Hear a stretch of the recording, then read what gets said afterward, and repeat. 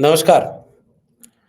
आज supreme court ने एक बहुत अहम फैसला लिया है। उसने इलेक्टोरल बॉन्ड पॉलिसी को बैन कर दिया है। इलेक्टोरल बॉन्ड इसका मतलब समझते हैं?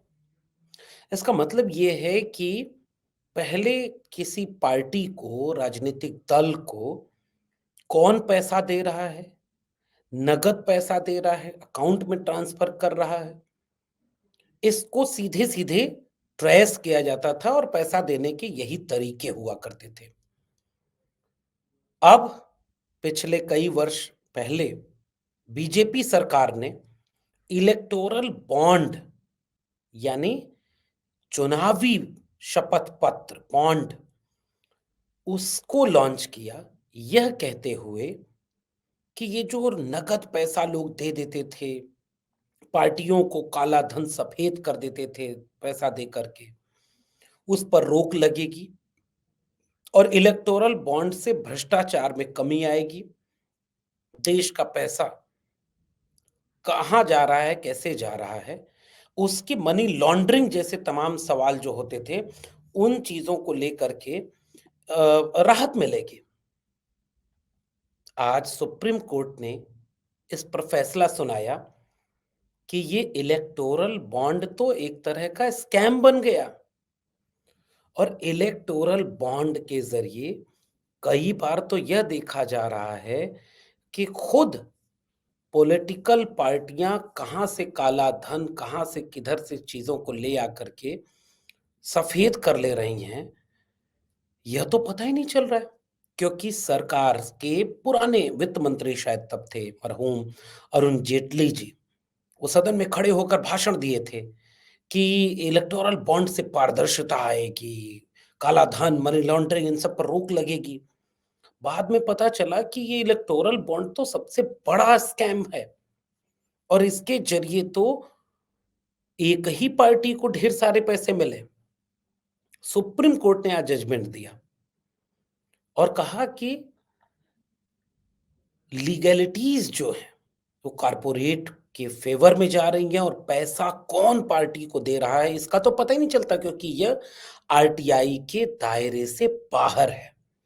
2019 से 2024 के बीच जितने भी बॉन्ड दिए गए, जितने भी तरह की चीजें लाई गई, इसको लेकर के जांच हुई, कुछ सर्वे हुए और उन सर्वेस के जरिए यह पता चला कि सबसे बड़ा घोटाला इलेक्टोरल बॉन्ड के नाम पर यह है कि एक ही पार्टी को सबसे ज्यादा पैसा मिल गया, लगभग 5,000 5200, कांग्रेस की राय से माने तो 5200 करोड़ रुपया केवल और केवल बीजेपी को मिला पिछले 5 साल में।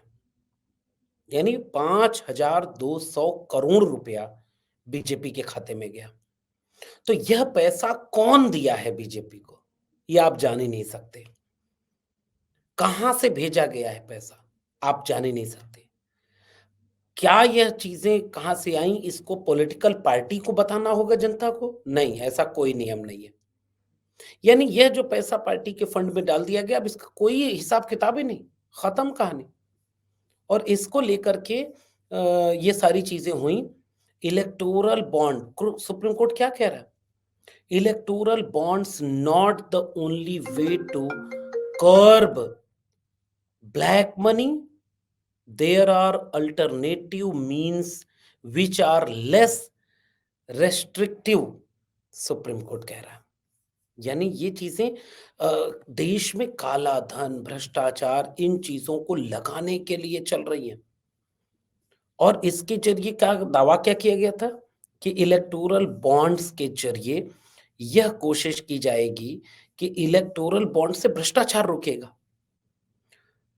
अब इसके इसके मायने क्या हुए कि इलेक्टोरल बॉन्ड से और ज्यादा भ्रष्टाचार बढ़ गया, इलेक्टोरल बॉन्ड से और ज्यादा स्कैम हो गया। और इसलिए तमाम लोग अब ये कह रहे हैं, जैसे खुद सुब्रमण्यम स्वामी का बयान आ गया कि यह तो सबसे बड़ा घोटाला है, इस घोटाले के बाद तो मोदी सरकार को इस्तीफा दे देना चाहिए, ये सबसे बड़ा स्कैम है, ये सबसे बड़ा धोखा है इस देश के साथ। बड़ा चंदा गोपनीय रखना एक बहुत बड़ा धोखा है। सुप्रीम कोर्ट के चीफ जस्टिस ने कहा कि जनता का पैसा है, जनता के पैसे को जनता के द्वारा ये पता होना चाहिए कि ये पैसा किसको दिया जा रहा है, कहाँ से दिया जा रहा है और इस पैसे का क्या हो रहा है, कोई हिसाब-किताब नहीं। और आरटीआई में ये इस पैसे का कोई जवाब ही नहीं ले सकता, जवाब दिया ही नहीं जा सकता। इसका मतलब क्या है? इस बात को यहाँ से समझें कि आरटीआई जैसा एक एक्ट आया था। RTI, right to information. Right to information act के तहत जनता कई तरह के सवाल पूछ करके अपने बारे में लोगों को सूचनाएँ इकट्ठा कर सकती थी, कि आपका पैसा कहाँ लगा है और कई तरह के नियम कानून बने हुए थे जिससे कि आरटीआई के ज़रिए सूचना माँगा जा सकता था। अब पिछले दिनों लगभग 2-3 साल पहले ही केंद्र सरकार ने आरटीआई एक्ट में संशोधन कर दिया। 5 किलो अनाज, मंदिर वहीं बन गया, मोदी जी नहीं तो कौन? देश में दुनिया में देश का डंका बज रहा है। इस वाली कैटेगरी के लोगों को शायद ये पता ही नहीं होगा कि जिस सूचना के अधिकार को लड़ाई करके, संघर्ष करके आपने हासिल किया था कि आप इस देश के नागरिक हैं, तो आपको जानने का हक है कि आपके देश में क्या हो रहा है, वो आपसे छीन लिया गया। आपको पता ही नहीं, क्योंकि आपको तो मंदिर मिल गया, आपको तो 5 किलो अनाज मिल गया, आपको तो दुनिया में डंका बज गया और आपको क्या चाहिए? वो शेर है, अकेला भारी है। तो यह जो कुछ भी हुआ है, इससे आज सुप्रीम कोर्ट के 5 जजों की बेंच ने यह टिप्पणी कर दी कि भैया ये तो जनता के पैसे को आप जनता को नहीं बता रहे और अगर जनता का पैसा जनता को नहीं बता रहे हैं कि कितना पैसा कहाँ से आया और किसने दिया, तो ये तो बहुत बड़ा घोटाला है। और अकेले एक पार्टी, अकेले बीजेपी को कितना पैसा? भैया इसको अकेले बीजेपी को मिलने वाला पैसा 5200 करोड़ रुपया है।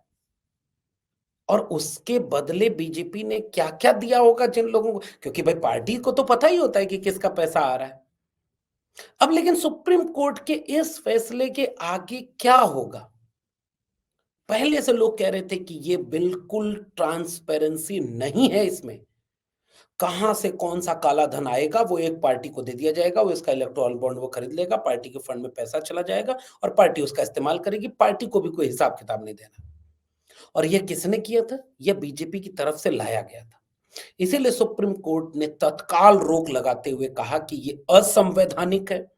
राजनीतिक पार्टियों को मिलने वाले फंड का सबको हिसाब होना चाहिए, सबको पता होना चाहिए। कोई भी इसको लेकर के ये ऐसी टिप्पणी नहीं कर सकता कि आपको पता ही नहीं, कितना पैसा किसको दिया उसका पता ही नहीं साहब। तो बीजेपी सरकार के पक्ष में जो चीज़ें होती हैं, उन चीज़ों को लेकर के बीजेपी ऐसे उसको रिप्रेज़ेंट करती है कि जैसे लगता है कि यह पूरे देश का सबसे बड़ा मुद्दा है, सबसे हित में है, इसमें कोई कमी नहीं है। इसके बिना तो देश में कोई अन्याय होगा ही नहीं। यह सबसे महत्वपूर्ण चीज़ है और बीजेपी ने दावा किया कि काला धन रुकेगा। बीजेपी ने दावा किया कि इससे ब्लैक मनी इधर-उधर नहीं होगी, मनी लॉन्ड्रिंग नहीं होगी। और जब यह सारा मामला हो गया तो पता ये चल रहा है कि भैया सबसे ज़्यादा पैसा बीजेपी के हाथ में। तो इसको लेकर के सुप्रीम कोर्ट की आज की टिप्पणी बहुत महत्वपूर्ण है। लेकिन मैं चल एक बात और जोड़ देना चाहता हूँ कि एक बात याद रखिएगा कि सुप्रीम कोर्ट पर नज़र कैसे रखनी है। 10 में 9 फैसला कोर्ट कई बार सरकारों के पक्ष में देता है और लोग इस बात को जान ही नहीं पाते, समझ ही नहीं पाते, पता ही नहीं चल पाता कि वहाँ क्या हो रहा है। और एक फैसला जब विपक्ष में देता है यानी जनता के पक्ष में देता है, तो उससे लेकर के एक उम्मीद बन जाती है कि अच्छा ऐसा भी हो सकता है और कोर्ट को लेकर के एक सम्मान, एक जो है परिस्थितियाँ ऐसे होती हैं जैसे उन चीज़ों को लेकर के फ़ेवर में हैं, आपके पक्ष में जा रही हैं। सुप्रीम कोर्ट को ध्यान रखना चाहिए, कहीं ऐसा ना हो कि इसके पीछे का खेल कोई और हो।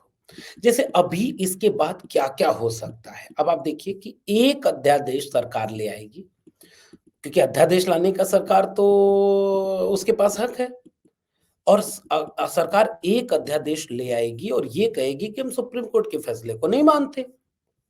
और सुप्रीम कोर्ट की इस फैसले को कि जिसके जरिए इलेक्टोरल बॉन्ड को बैन किया गया है, सरकार कहेगी कि नहीं, देश के लिए सबसे जरूरी है इलेक्टोरल बॉन्ड, इसलिए हम अध्यादेश ला करके इलेक्टोरल बॉन्ड को रीस्टोर कर रहे हैं, क्योंकि इसका सबसे ज्यादा फायदा बीजेपी को मिल रहा है। आप यकीन मानिए, 1000 करोड़ में, 1000 करोड़ के अंदर सारे विपक्षी दल होंगे इलेक्टोरल बॉन्ड में, और 5,000 करोड़ रुपए, 5,200 करोड़ रुपए अकेले बीजेपी को मिला है। और ग्राफ उसका यूं था। तो एक तो खतरा इस बात का है कि क्या सरकार इस इलेक्टोरल बॉन्ड के बाद, इस फैसले के बाद इसके बदल देने के लिए कोई फरमान ले आएगी। एक तो शंका इस बात की दिखाई जा रही है। इस पूरे प्रकरण में एक दूसरा पहलू भी है जिस पर हमें ध्यान रखना होगा, जिसको हमें सोचना होगा, समझना होगा। वो दूसरा पहलू ये है कि जो सबसे महत्वपूर्ण इकाई है, आप पूरे 5 साल के आंकड़ों को सिलसिलेवार देखना शुरू करिए। और जैसे ही आप सिलसिलेवार देखना शुरू करेंगे, आप ये पाएंगे कि धीरे-धीरे कुछ ऐसी वजहों से पिछले 2 साल के भीतर बीजेपी का ग्राफ गिर रहा था इलेक्टोरल बॉन्ड का, और कांग्रेस, तृणमूल कांग्रेस या और 2 एक विपक्षी दल हैं, उनको, खासकर कांग्रेस को पैसा ज्यादा मिलना शुरू हुआ था। धीरे-धीरे बढ़ रहा था। धीरे-धीरे उसमें उछाल आ रहा था। कहीं ऐसा तो नहीं कि जब तक इस इलेक्टोरल बॉन्ड का लाभ बीजेपी को ही मात्र मिल रहा था, तब तक उसने इलेक्टोरल बॉन्ड जैसी एक ऐसी पॉलिसी को लागू रखा जो उसके पक्ष में जा रही थी। और जैसे ही उसका फायदा थोड़ा सा ही विपक्षी दलों को मिलना शुरू हुआ, उसने ही कोई खेल कर दिया। एक तो खतरा ये भी है। और इस बात को यहां से समझना जरूरी है कि बीजेपी के पास हजार रास्ते हैं। नोटबंदी हुई, आपको पता ही नहीं चला कि काला धन कितना आया। हालांकि आपको कहाँ फर्क पड़ता है इन सब चीजों से। आप तो वो बात मान लेते हैं जो जिल्ले इलाही बोलते हैं। नाली के गैस से अगर चाय बनती है तो बनती है, नहीं बनेगी तो आपके घर में नहीं बनती, क्योंकि आप में कोई खोट होगी। ठीक वैसे ही आप ये मान लेते हैं कि नोटबंदी भी अच्छी थी, क्योंकि उसके बाद के हुए चुनाव जीत गई बीजेपी। क्योंकि चुनाव जीतना सबसे बड़ा टेस्ट है लोकतंत्र में, और चुनाव जीत गई तो सारे नियम सही हैं, सारे कानून एकदम जायज हैं। इस वाले तर्क को इस देश की बहुसंख्यक आबादी में प्रचारित किया जा रहा है, हावी करके दिखाया जाता है। टेलीविजन चैनल, रील्स, छोटी-छोटी वीडियो क्लिप लगातार आपको दिखाएगी। अब नोटबंदी पे कौन बात करता है कि कितना काला धन उससे आया, नोटबंदी के बाद कितना उससे मनी लॉन्ड्रिंग रुकी, नोटबंदी से कितना आतंकवाद रुका, किसी को नहीं पता। ठीक वैसे ही कहाँ किसी को फ़र्क पड़ता है कि इलेक्टोरल बॉन्ड से किसके फ़ेवर में गया ये? कौन इसका फ़ायदेमंद रहा, कौन इसका विरोधी रहा, कौन इसको लेकर के क्या करता रहा? और इस बारे पूरे प्रकरण को लेकर के यह सवाल बहुत लाजिम है कि कैसे इलेक्टोरल बॉन्डिंग के पीछे पॉलिटिक्स हो रही है। 5200 करोड़ रुपए सामान्य होते हैं, सामान्य नहीं है ये।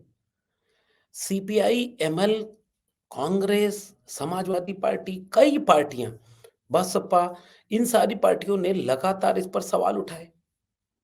उन्होंने कहा कि आर्टिकल 19(1)(a) का वायलेशन है, जो राइट टू इंफॉर्मेशन एक्ट है। इलेक्टोरल बॉन्ड अनसंवैधानिक है, संविधान विरोधी है। इससे बड़ा क्या और कमेंट हो सकता है जो सुप्रीम कोर्ट ने आज कर दिया।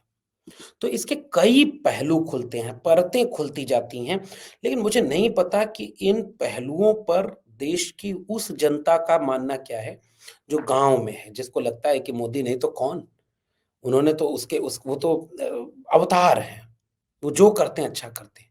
अरुण जेटली के इस बयान को किसी को याद नहीं होगा कि उन्होंने कहा था इससे मनी लॉन्ड्रिंग रुकेगी, और आज सुप्रीम कोर्ट कह रहा है कि भैया इतना बड़ा अमाउंट है ये, और केवल आपको उसका फायदा मिल रहा है तो आप उसको सूचना के अधिकार से बाहर रख देंगे। जिस सूचना के अधिकार के ज़रिए बहुत बड़ी मात्रा में चीज़ें आपके फ़ेवर में आई थीं, उस सूचना के अधिकार को ही आपने रोक दिया और वो उस उसके तहत ये इलेक्टोरल बॉन्ड है ही नहीं। तो यह मोदी सरकार के ऊपर झटका है। विपक्ष इस तरह के मुद्दे को कितना उठा पाएगा? या विपक्ष के भीतर जो घर के भीतर फूट डाली जा रही है, बीजेपी ऐसे अगर अकेले चुनाव लड़ना होता, एक अकेला सब पर भारी होता तो इस तरह के हड़कंप प्रायोजित मीडिया चैनल के ज़रिए नहीं होता। लेकिन प्रायोजित मीडिया चैनल इस पर कितनी बात करेंगे आज ज़रा इस पर भी निगाह आपको रखनी है। आपका पैसा है भाई, आपका पैसा आपको नहीं बताया जा रहा है और कितना पैसा आपको याद है कोविड के समय पीएम केयर फंड आया था। और पीएम केयर फंड में देश की जनता ने दान दिया कि भाई आपदा आ गई, एक बहुत बड़ी आपदा है, जो मानव सभ्यता के ऊपर खतरा है और उस मानव सभ्यता के ऊपर खतरे से लड़ने के लिए मानवों ने, इंसानों, नागरिकों ने अपने पीएम केयर फंड में पैसा जमा किया। तो वो जान नहीं सकते कि उस पैसे का क्या हुआ, कितना दवाई में खर्च हुआ, कितना लोगों के इलाज में खर्च हुआ, कितना हॉस्पिटल बनाने में खर्च हुआ। कभी मौका मिले तो अपने आस-पास के किसी सरकारी हॉस्पिटल में जाइएगा। अगर वो बहुत बदहाल और बुरे ना होंगे हो गए होंगे तो। आपको समझ में आएगा कि रोज़मर्रा के लोग 2 रोटी निवाले के लिए, किसी एक बीमारी के ठीक कराने के लिए, किसी एक रोज़गार पाने के लिए इतने कमज़ोर कर दिए गए हैं कि वो भीड़ का हिस्सा बन कर के आज पूरे दिन जब आप ये वीडियो देख रहे हैं तब भी कोई हॉस्पिटल की लाइन में लगा होगा, कोई नौकरी की लाइन में लगा होगा, कोई दिहाड़ी मज़दूरी कर रहा होगा, कोई रिक्शा चला रहा होगा और 90% पॉपुलेशन कोई खेत में काम कर रहा है, कोई मज़दूरी कर रहा है, कोई ऑफ़िस में बैठ कर के केवल अपना जॉब कर रहा है क्योंकि उसको फ़िक्स सैलरी मिल रही है ताकि उसका घर की ईएमआई चल रही है, उसके घर में बच्चों की फ़ीस भरी जा रही है, वो नहीं समझता कि इतना बड़ा कुछ हो रहा है। तो मीडिया के ज़रिए जो चीज़ें दिखाई जाती हैं, उससे उसकी धारणा बनती है कि नहीं भाई दुनिया में डंका बज रहा है तो बज रहा है, मंदिर वहीं बन गया तो बन गया, अब इसके आगे किसी मुद्दे की ज़रूरत ही नहीं। इसी तरह से इलेक्टोरल बॉन्ड इतना बड़ा मसला था, आपने कितनी बार इस पर कोई रिपोर्ट देखी, कितनी बार इस पर कोई सवाल उठाया, कितनी बार इसको आप समझते रहे? पता भी था आपको? आपको नोटबंदी के फ़ायदे पता भी हैं, आपको जीएसटी के नुकसान पता भी हैं, 3% हीरा पर, 18% कॉपी और कलम पर। तो देश में आप नागरिक हैं और आप चूँकि इन चीज़ों को समझते ही नहीं और सरकार तो चाहती है कि आप ना समझें, आप मूर्ख बने रहें। तो आपका विवेक शून्य रहे इसलिए आप ऐसे मुद्दों पर कभी बात सुनते कहाँ हैं और सरकारें इसका फ़ायदा उठाती हैं। गनीमत है कि सुप्रीम कोर्ट की आज की टिप्पणी ने बहुत सारे लोगों को चौकन्ना किया होगा। मजबूरी में ही सही इस पर बात तो करनी पड़ेगी कि इतना बड़ा स्कैम 5200 करोड़ रुपए, बैंक डूब रहे हैं, बैंकों को बेचना पड़ रहा, हर जिले में पार्टी ऑफिस बन गई, कहाँ से पैसा आया भाई? और पैसा जहाँ से आया वो आपने बताया नहीं। 700 जिले हैं, 900 पार्टी ऑफिस बनी है। अपने जिले के बीजेपी की पार्टी ऑफिस देखिएगा। 3 star, 2 star, 4 star, 5 star hotel जैसे होते हैं वैसी सुविधाओं से लैस वो पार्टी ऑफिस है। आप कहाँ चुनाव लड़ रहे हैं उनसे? उन्होंने इतना कुछ अपने पास जुटा लिया है और फिर से मैं कह रहा हूँ नोटबंदी से, जीएसटी से इलेक्टोरल बॉन्ड तक की एक यात्रा है। ये अलग बात है कि आपको इसका कोई पता ही नहीं है और इसी बात में सरकार मगन है। तो यह एक ऐसा खतरा जो मोदी सरकार को जवाब देना मुश्किल हो जाएगा। घिर गई है। अब अध्यादेश ला करके इस फैसले को पलट दें या इस तरह के कोई काम कर दें जिससे ये फैसला ही पलट जाए। इसके अलावा और कोई विकल्प नहीं होगा। मगर मुझे पूरा यकीन है कि इस देश की जनता को ऐसे मुद्दों से कोई फ़र्क नहीं पड़ेगा। वो ना समझना चाहेंगी, ना उनको समझने दिया जाएगा। अचानक कोई और चीज़ आ जाएगी और ये मुद्दा खत्म हो जाएगा। बधाई हो, आपके लिए ऐसे मुद्दों की ना कोई अहमियत बची है और ना आप इसको लेकर के कोई गंभीरता रखते हैं। और अगर रखते हैं तो नीचे कमेंट बॉक्स में बताइए। फिर मिलेंगे किसी और विशेषण के साथ, तब तक के लिए बहुत-बहुत धन्यवाद।